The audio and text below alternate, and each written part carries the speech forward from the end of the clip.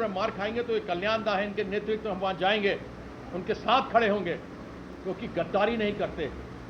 और जब वक्त ये ऐसा आया हुआ हो, जब हमें हराया गया, हम हारे नहीं बंगाल में, हमें हराया गया, सब कोई मिल करके हराया। केवल 32 लाख का अंतर था। उस 32 लाख में 27 तो एजुकेशन का था, ऊपर 6-7 लाख लोग को अलग से वोट में डाला गया। इसलिए ये ना समझे बीजेपी, जिस प्रकार से झूठे वादे किए थे कि अगले महीने से 3,000 रुपया देंगे, 12-12 कागज का फॉर्म दिया हुआ है। तो याद रखना, भागने वाले भगौड़ों, गद्दारों, वो डीए भी नहीं मिला, उसका 31 तारीख तक, दिसंबर तक डेट मांग लिया है। याद रखना कि 29 के अंदर साफ हो जाएगी बीजेपी, केंद्र में भी साफ होगी और बंगाल में भी साफ होगी। इसलिए आप लोगों के सामने बड़े स्पष्ट रूप से बता दिया कि किस प्रकार से अगर काकोली, डॉक्टर काकोली आज बैठी भी, जिसको दीदी बनाया, वो शर्मिला सरकार जो एक डॉक्टर थी, सरकारी दफ्तर में पहली बार जीत कर आई। तुम्हारे साथ क्या भ्रष्टाचार हुआ?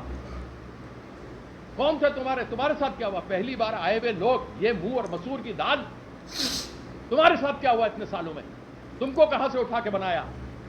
और काकोली दासीदार 3 इलेक्शन हार गई थी, 5 इलेक्शन हारी थी, उसके बाद भी दीदी उसको देखकर एमपी बनाया। तुमको सिर्फ एक चीफ व्हिप से हटा दिया क्योंकि तुम पार्लियामेंट में नहीं आती थी। मैं वहां पर रहता था, कल्याण दा था, तो कम से कम व्हिप के माध्यम से मालूम होता था कहां क्या कार्यक्रम होगा। तुम व्हिप बना तो तुम आता ही नहीं था, फोन पर इंस्ट्रक्शन देता था।